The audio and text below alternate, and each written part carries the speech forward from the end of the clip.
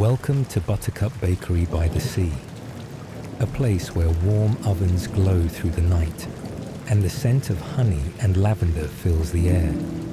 Here you'll find stories as soft as fresh-baked bread and as soothing as a lullaby.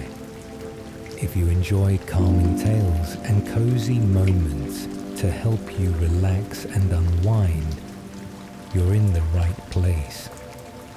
Don't forget to subscribe and join us anytime you need a little peace, comfort, and quiet magic.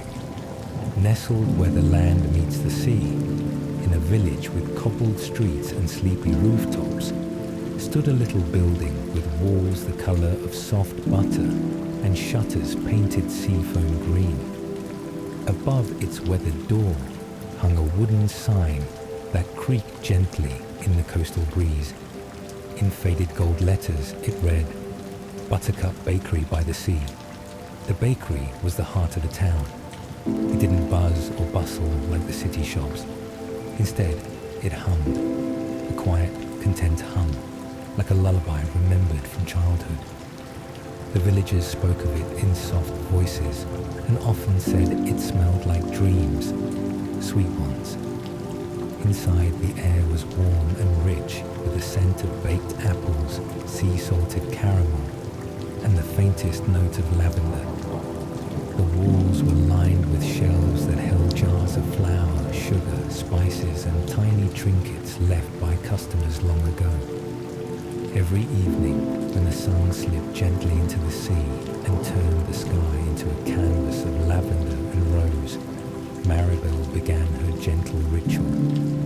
Maribel was the bakery's owner, a woman with silver hair tied up in a ribbon the color of clotted cream. She moved like a whisper, soft and sure, her hands steady from decades of kneading, mixing and shaping. Her eyes twinkled, not from energy, but from peace, the kind of peace found only in doing what you love every single day. Each evening, she would light a beeswax candle, one that filled the space with golden light and the scent of honey. Then, she would open the shutters just a little, enough to let the sea's lullaby drift in. The tide always answered, whispering along the sand and curling around the rocks like a cat. Maribel's first task was always the same. She made a batch of Sleepy Time scones, soft, flaky rounds flavored with chamomile petals and a touch of orange blossom honey. As she kneaded the dough, she would hum a tune, slow and steady, her grandmother's tune. It was a lullaby passed down like a secret recipe. Tonight, the stars had begun to peek out early. The clouds had wandered away, and the moon was a gentle silver coin in the sky. Maribel placed the scones into the oven and whispered, as she always did, "Rest well, little ones." While they baked, she prepared a pot of driftwood dream tea, a warm blend of lemon balm, rose hips, and a pinch of mint. The kettle steamed softly on the old cast-iron stove, hissing like a sleepy dragon. She poured the tea into porcelain cups that each had a tiny sea creature painted at the bottom. A starfish here, a seahorse there. By now, a few villagers had begun to wander in. They never knocked. The Buttercup Bakery never closed exactly. It simply existed quietly for those who needed it most. Tonight, old Mr. Alton came in with his newspaper tucked under one arm and his scarf gently unraveling. He didn't say much, just nodded and took his usual seat by the window. A cup of tea and a scone waited for him, already warm. Soon after, young Elsie arrived, her cheeks red from the wind, her eyes already fluttering. She curled up on the cushioned bench near the bookshelf and picked out her favorite, The Tale of the Sleepy Whale.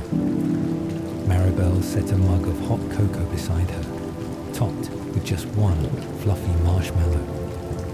Outside, the waves sang a slow song. Inside, time seemed to soften. Maribel glanced at the old clock above the ticked gently, though no one ever wound it. Some said it ran on stories. She returned to the counter and began work at the moonlight muffins, made with bits of plum and a dusting of sugar that caught the light like frost. Her hands worked rhythmically, as if the dough remembered what to do all on its own. A soft tap came at the door, barely a sound. A little boy peeked in. He looked uncertain, new. Maribel offered him a smile like a warm blanket. "Come in, dear heart. The night is kind in here." He entered slowly. His name, he said, was Luca. He couldn't sleep. Not really. The world was too loud, he said. Too fast. Maribel poured him a tiny cup of tea and placed a Sleepy Time scone on the saucer with a painted turtle. She sat with him for a moment. "Sometimes," she said, "we don't need silence to sleep, just a place that listens." He nodded, not quite understanding, but he stayed. He stayed as the muffins rose in the oven, and the candle flickered, and the sea whispered lullabies against the shore. One by one, the townsfolk finished their tea, their scones, their books. They yawned, long and slow, and left with cheeks warm and eyes heavy. Luca was the last to go. As Maribel wrapped a muffin in parchment and placed it in his pocket, she said, "Come again when the moon is full. We have something special then." He nodded sleepily and stepped out into the starlit night. Maribel smiled and turned to the window. Outside, the tide had begun to rise. The sand shimmered silver in the moonlight. She cleaned the counter slowly, folded the tea towels, and blew out the candle. The bakery sighed, the sea hummed, and everything was ready for another gentle night. The full moon rose, round and glowing like a pearl polished by the sea. It hovered just above the horizon, casting a silver trail across the water that led straight to the Buttercup Bakery. As promised, something special was waiting. Maribel had woken early that day, or rather, late in the afternoon, when the first long shadows stretched over the village. She always knew when it would be a full moon night. The air felt softer, the breeze carried whispers, and the shells outside her door seemed to glow faintly in their bowls. Inside the bakery, the shelves had been dusted, the tables polished with lavender oil, and a fresh batch of driftwood had been placed by the fireplace. But it wasn't warmth that Maribel was preparing. It was magic, not the loud, sparkly kind from fairy tales, the quiet, comforting sort of magic, the kind you felt rather than saw. At precisely dusk, she tied on her moon-patterned apron and began to hum. Tonight, she would bake her most secret recipe, moonshadow bread. It wasn't on the menu. It never had a price. Maribel only made it on nights when the moonlight was just right, and the tide whispered certain stories into the rocks. She sifted flour mixed with crushed lavender buds and poppy seeds. Into the warm water, she stirred a swirl of honey and a pinch of sea salt. As the dough came together, the scent began to wrap around the bakery like a lullaby. By the time the first star blinked above the harbour, Luca stood at the door. He didn't knock. He simply stood and watched the golden light inside shimmer across the wooden floor. Maribel opened the door gently. "Right on time," she said. Luca stepped inside, slower this time, more sure of his place in the little bakery by the sea. He wore a sweater too big for him and carried a feather in his hand. "I found it on the beach," he whispered. Maribel took it carefully. "Seagull," she said. "They leave them behind like bookmarks in the sand." She placed the feather in a jar beside a collection of smooth stones, tiny shells, and a piece of green glass.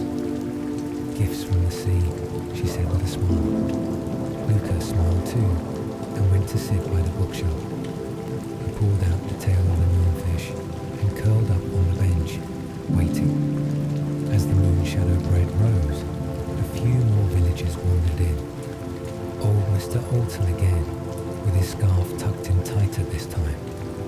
Elsie too, rubbing her eyes and trailing her woolen blanket like a cape. But tonight, there was someone new again. A woman with a coat the colour of cranberry jam stepped into the bakery, her arms wrapped around herself. She looked as though she hadn't been inside something warm for a long time. Maribel offered her tea, full moon comfort, brewed from lemon verbena, oat straw, and a single clove. The woman didn't speak at first. She just held the cup in her hands and watched the candlelight flicker. Maribel placed a slice of moon-shadow bread beside her. It helps you remember the parts of your day you forgot were beautiful, she said. The woman took a small bite, and her shoulders relaxed just a little. As the night deepened, the bread baked golden, the scent sweeter and softer than anything else. Maribel sliced it into delicate pieces and placed them on tiny plates painted with crescent moons and sleepy stars. She served each guest quietly, placing a hand gently on their shoulder or offering a warm look, as if to say, "You are safe here. You are seen." Luca's eyes were heavy, but he fought sleep to finish his story. "Do you know," he asked, "if moonfish are real?" Maribel smiled. "They're real in the way some dreams are real. You may not find them in nets or books, but the sea knows them." Luca yawned and curled deeper into the cushions. Elsie had fallen asleep already, the book open on her lap, her cocoa untouched but still warm. Mr. Alton had nodded off in his chair, his paper resting gently on his chest. Even the woman in the cranberry coat had leaned back, her eyes fluttering closed, her cup empty, and her lips curved into the smallest smile. Maribel tiptoed to each one, tucking a blanket here, adjusting a cushion there. Then she returned to the counter and lit the final candle, a silver one, scented faintly of peppermint and sea fog.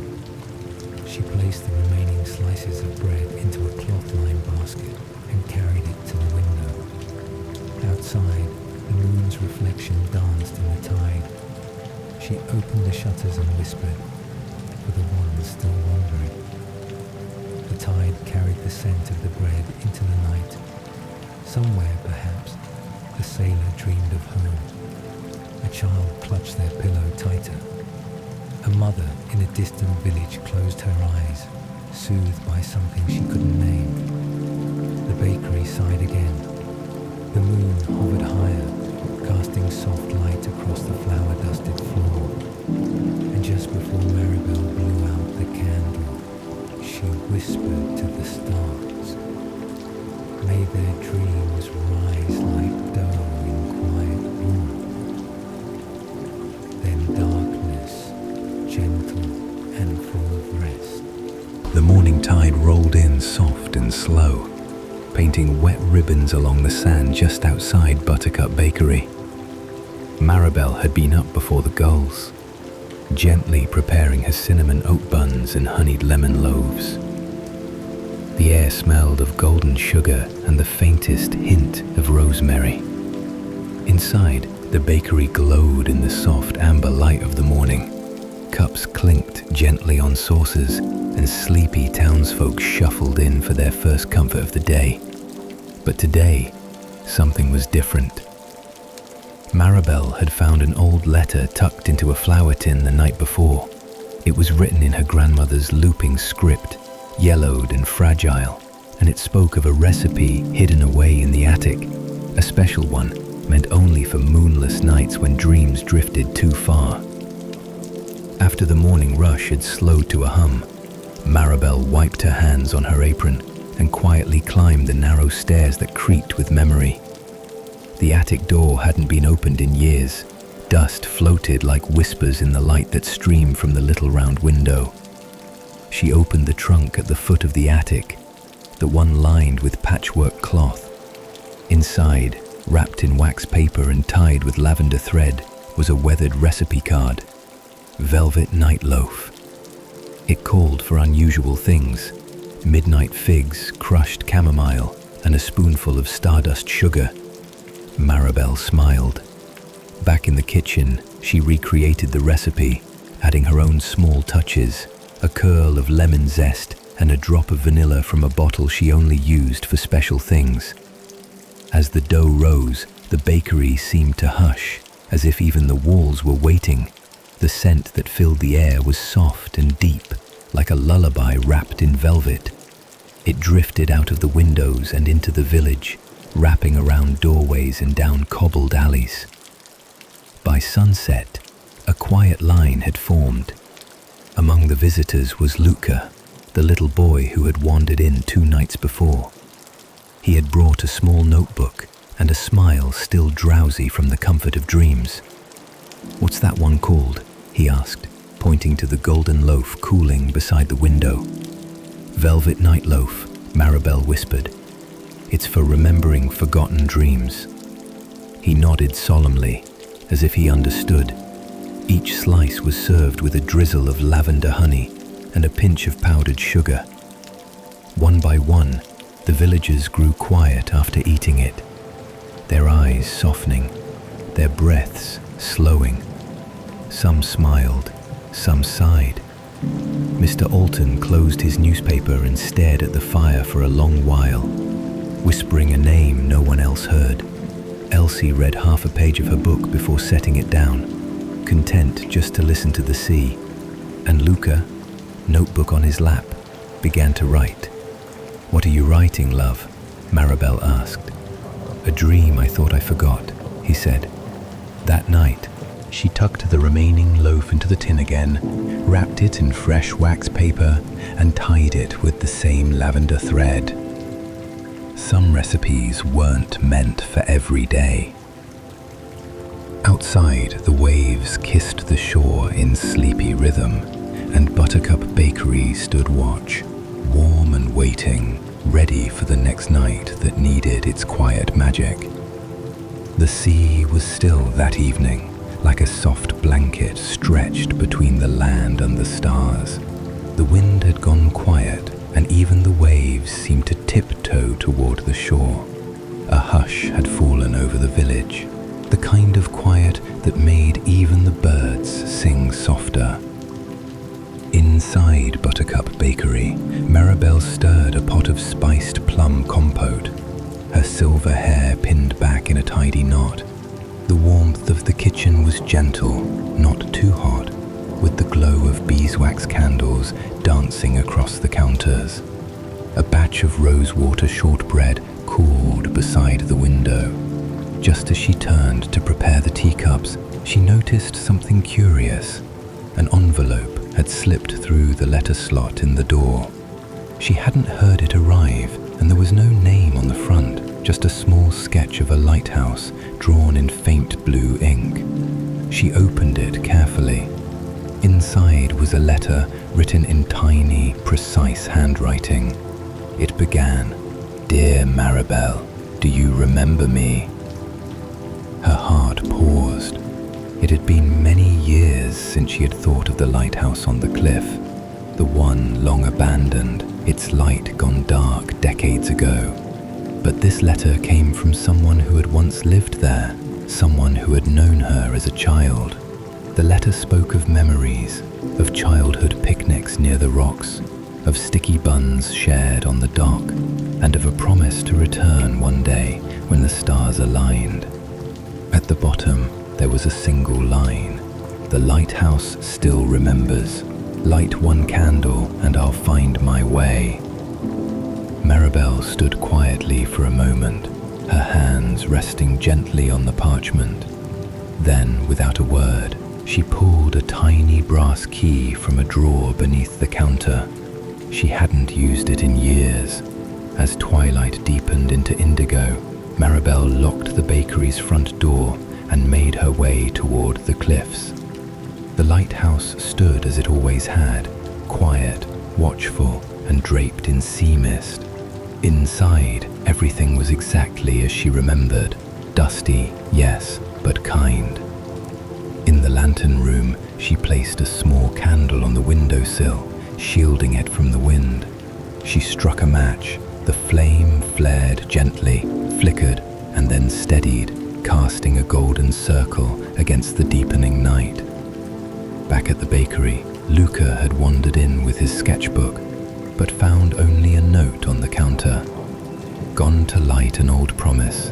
Back soon. Help yourself to the cinnamon. Maribel returned just as the clock chimed softly. She tucked her scarf into her coat, cheeks rosy from the wind. Luca blinked sleepily at her. "Where did you go?"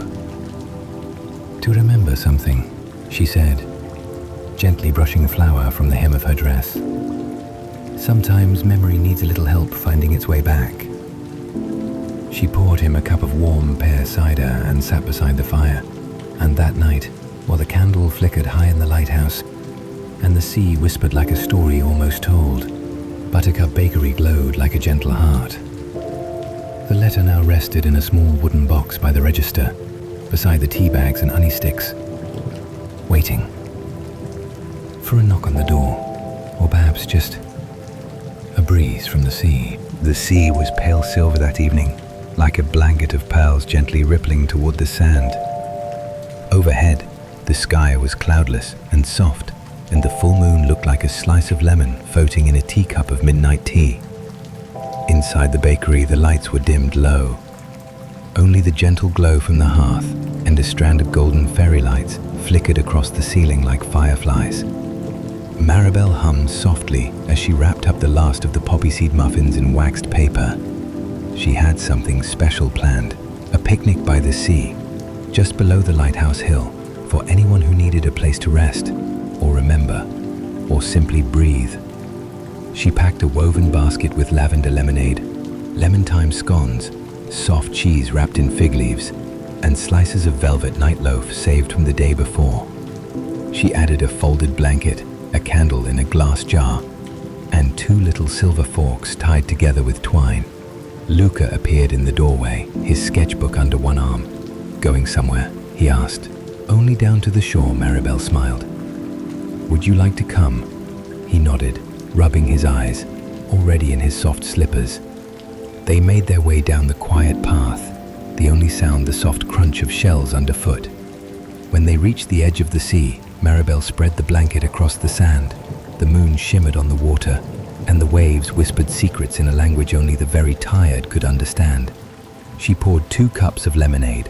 Luca took one and stared at the sky. "Do you think the moon can taste?" he asked. "All these things we bake?" Maribel chuckled. "If it could, I hope it likes lemon." They sat in comfortable silence, nibbling scones and watching the tide breathe. After a while, another figure approached, Elsie, from the village bookshop, holding a basket of her own, filled with chamomile tea biscuits and a thermos of warm milk. Then came Mr. Alton, carrying a cushion and his old harmonica. One by one, more villagers quietly joined the picnic, no invitation needed. They brought what they had, crumbly nut bread, soft fruit, sleepy smiles, and placed them in the center of the blanket like offerings to the moon. Someone lit a second candle, then a third. The air was filled with the soft clink of teacups, the rustle of pages, the low hum of stories being shared in half whispers. No one stayed long. One by one, they sipped their tea, took a bite, smiled at the sea, and wandered home, slower, softer, soothed. As the last flame flickered out and Luca gently dozed against her arm, Maribel looked up at the lemon moon above. The sea was still, the sky, a velvet hush. She closed her eyes and let the waves sing her to sleep.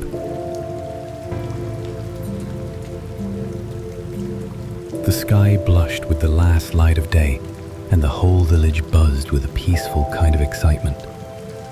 Tonight was the annual Lantern Festival, a cherished tradition where each person sent a glowing wish into the sea breeze.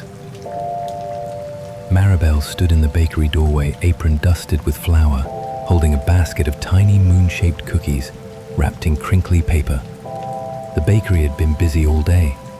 Little ones helping shape cookies, elders sipping warm cider as they folded paper lanterns. The bakery smelled of vanilla and nutmeg, and the soft hum of laughter filled the corners.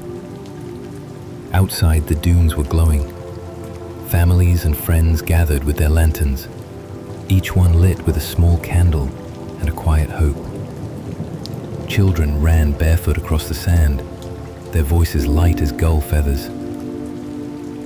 Maribel joined them, handing out her wish biscuits, a recipe whispered down generations.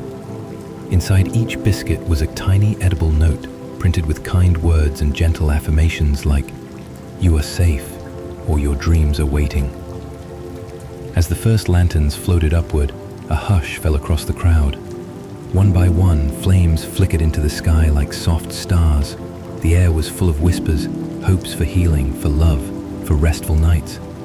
Maribel stood beside Luca, the boy who once arrived with tired eyes and now smiled easily, lantern in one hand, a biscuit in the other.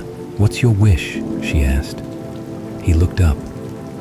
"I don't need one tonight," he said. "I think it already came true." The lanterns drifted out over the sea, their lights reflected in the gentle tide. The ocean didn't crash tonight. It whispered like a lullaby meant only for those who listened closely. As the crowd thinned, Maribel walked back to the bakery. She paused to look over her shoulder one last time. Dozens of lights floated above the water, drifting slowly toward the stars. Inside, the bakery was dim and warm, the last of the cookies cooling on the tray. She made a cup of tea, chamomile and mint, and sat in the quiet, a soft hum in her chest. She didn't need to speak. Everything had already been said, and above her, in the distance, the sky cradled each wish like a promise. Back inside, the last candle was lit, and then slowly, softly, Buttercup Bakery felt quiet once more, ready to cradle the dreams that drifted home. The moon was full, round as a tea cake and just as pale, hanging low over the sleepy waves beyond the shore. Buttercup Bakery was quieter than ever tonight. Even the wind tiptoed. Inside, the last candle flickered gently, casting a warm glow over the flour-dusted canter. Maribel moved slowly, placing the last plate on the windowsill, a single shortbread star dusted with sugar that shimmered like frost. Everything had been cleaned. The teapots were lined in rows. The mixing bowls were stacked just so. But tonight, she wasn't baking for the village. She was baking for the dreamers. Everyone had come by earlier to say the good nights. Elsie brought a pressed flower in a book. Mr. Alton left a tiny note. Luca, the boy with sleepy eyes, placed a seashell on the canter, whispering, "So it always sounds like the sea." Now, it was just Maribel, the bakery, and the hush of a world about to sleep. She poured herself a cup of tea, rosehip and chamomile, and sat near the oven. The warmth from its stones hummed quietly beneath her chair. The recipe for tonight, just silence, just breath, just a final moment of soft stillness. She looked to the shelf where the old recipe book rested. Its pages no longer fluttered, content now that all its magic had been used just enough. Not too much, never rushed. Maribel closed her eyes. Outside, lanterns blinked out one by one as the village drifted into gentle dreams. The tide sang softly against the sand, and somewhere between one heartbeat and the next, Buttercup Bakery exhaled, peaceful and full, like a story that had found its ending.